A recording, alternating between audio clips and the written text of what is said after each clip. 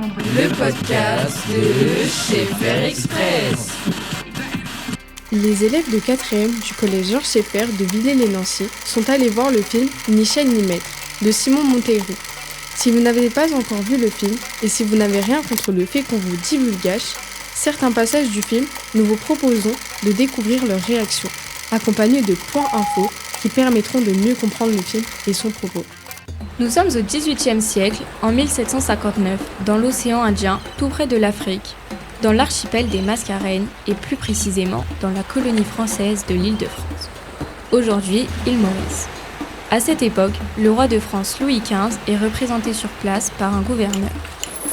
L'action se situe dans une plantation de canne à sucre, dirigée d'une main de fer par Eugène Larsenet, un planteur qui applique à la lettre le code noir. Les esclaves subissent la rigueur de ce texte de loi qui régit leurs conditions de vie et de travail dans les plantations françaises. Le fils d'Eugène Larsenet, Honoré, s'oppose à son père et prend la défense des esclaves qu'il considère avant tout comme des êtres humains. Il est influencé en cela par des idées nouvelles et révolutionnaires qui circulent partout en Europe et commencent à s'introduire dans les colonies d'outre-mer. C'est l'esprit des Lumières. Dans ce contexte, si certains esclaves semblent accepter leur sort, d'autres se révoltent et choisissent la fuite à travers la forêt. On les appelle les marrons. Dans le film Ni chaîne ni maître, c'est le cas de la jeune Mathi et de son père Massamba. Dans leur fuite, ils vont devoir échapper à Madame la Victoire, une chasseuse d'esclaves ayant réellement existé et qui était rémunérée par la couronne de France.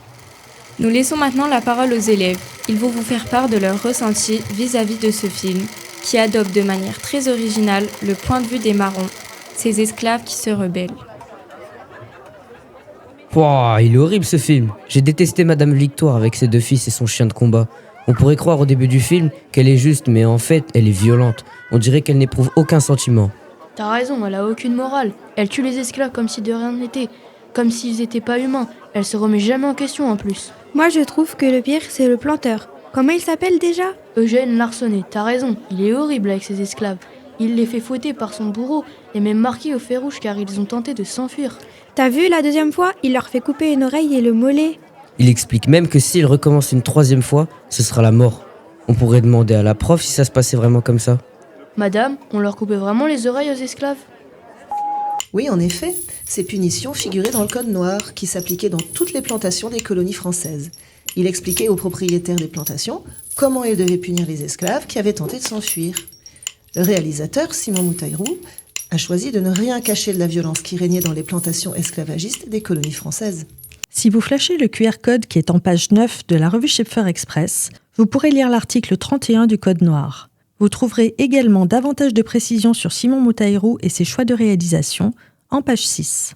Dirigeons-nous vers l'arrêt de bus, il est temps de rentrer au collège. Qu'avez-vous pensé du film ?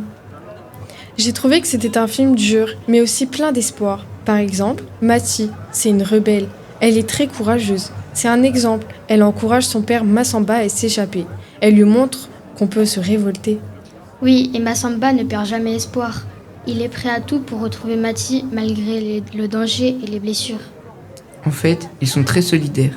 Comme d'ailleurs la femme esclave qui prend des risques pour libérer Massamba de sa cage au début du film.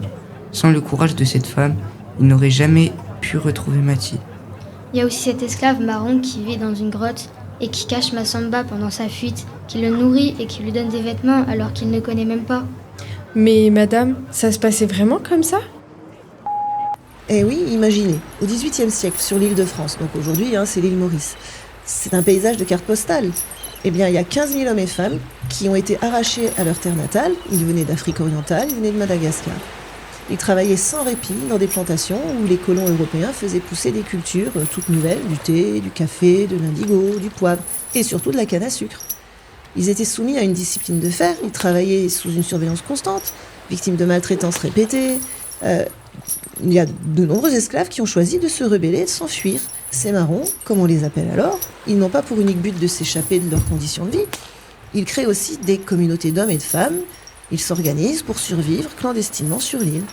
Rendez-vous en page 11 du Schaeffer Express pour en savoir plus sur ces communautés de marrons. Les filles, est-ce qu'il y a d'autres personnages du film qui vous ont marqué ? Oui, j'ai bien aimé le fils du planteur, Honoré, parce que lui, il considère que les esclaves sont des êtres humains. Ah oui, t'as raison. Au moment du souper, à la plantation, le gouverneur parle de manière humiliante à Massamba. Et Honoré le regarde droit dans les yeux et il dit qu'il est contre l'esclavage. Je trouve qu'il est très courageux. Il y a aussi le fils de la chasseuse d'esclaves. Il s'appelle Baptiste, je m'en souviens. Mon frère s'appelle comme ça. Et ben lui, par exemple, il finit par prendre conscience que les esclaves sont des êtres humains, et quand son frère veut l'obliger à tuer Massamba, il refuse et il décide d'abandonner la chasse à l'homme. Au début de son film, Ni chaîne ni maître, Simon Monteiro imagine un souper organisé par le planteur Eugène Larsenet. Il veut recevoir au mieux le gouverneur de la colonie en tournée d'inspection dans les îles dont le roi de France lui a confié la charge. Cette scène imaginaire réunit en fait des personnages de fiction comme Eugène Larsenet et un personnage ayant réellement existé, le gouverneur des Mascareignes, René Magon de la ville de Bague. Au cours du souper, le gouverneur humilie Massamba, un esclave éduqué à qui Eugène Larsenet a confié des fonctions d'encadrement sur la plantation. Le fils d'Eugène Larsenet, Honoré, présent lui aussi au souper, prend non seulement la défense de Massamba, auquel il est très attaché, mais en plus, il oppose au gouverneur des arguments humanistes diffusés depuis peu dans les milieux éclairés. En 1759, date à laquelle se situe l'action du film, Voltaire vient de publier Candide, son célèbre conte philosophique. Dans cette œuvre majeure du mouvement des Lumières, le philosophe dénonce violemment l'esclavage en faisant dire à un esclave noir : Quand nous travaillons aux sucreries et que la meule nous attrape le doigt, on nous coupe la main. Quand nous voulons nous enfuir, on nous coupe la jambe. Je me suis trouvé dans les deux cas. C'est à ce prix que vous mangez du sucre en Europe. Ulcéré par l'effronterie du jeune homme qui ose affirmer que les esclaves doivent être traités comme des êtres humains, le gouverneur rappelle à Eugène Larsenet qu'il se doit d'appliquer rigoureusement le code noir dans sa plantation, sous peine de sanctions. Le durcissement des conditions de vie qui s'ensuivent pousse Machi, la fille de Massamba, à s'enfuir. La scène du souper est l'élément déclencheur qui va entraîner Massamba dans une course effrénée vers la liberté. Rendez-vous en page 10 du Schepfer Express pour découvrir les épreuves qu'il a dû affronter.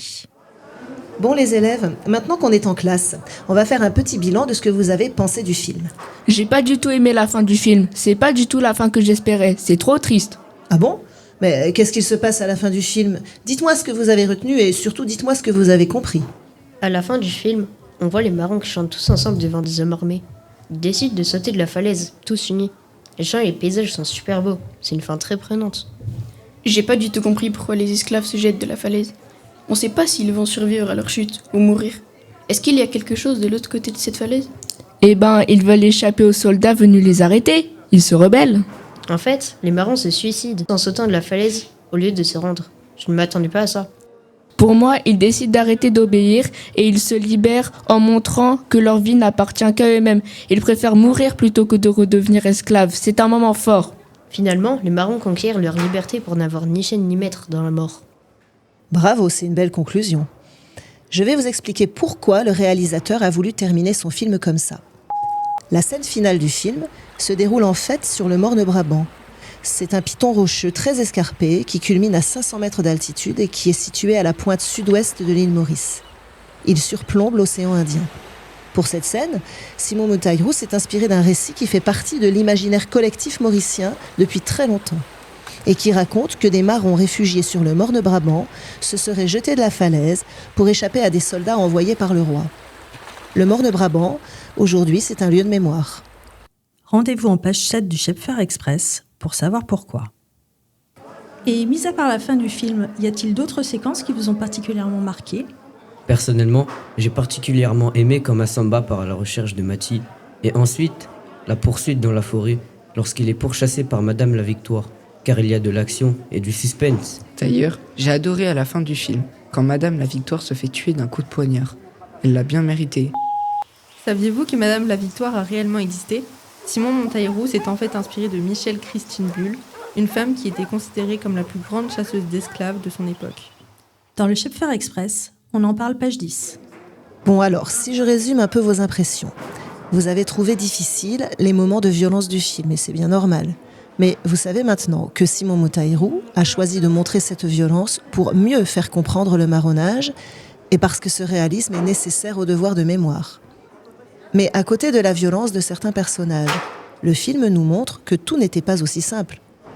vous avez souligné que, contre toute attente, certains font preuve d'humanité, voire osent s'opposer à l'esclavage. C'est le cas du fils d'Eugène Larsenet et aussi du fils de Madame la Victoire. Honoré Larsenet représente la nouvelle génération, influencée par les idées nouvelles des Lumières, et sans le savoir, il prépare le terrain pour ce qui va suivre, à savoir l'abolition de l'esclavage au XIXe siècle et les lois mémorielles au XXIe siècle. Vous trouverez des précisions dans le Schöpfer Express, page 7. Ce podcast est à la fois un complément et une invitation à lire le numéro spécial Mémoire de l'esclavage du journal du collège Schöpfer Express. Nous espérons vous avoir donné envie, d'une part d'aller voir le film Ni chaîne ni maître, et d'autre part d'approfondir vos connaissances sur le sujet de la colonisation, de l'univers des plantations et surtout du marronnage.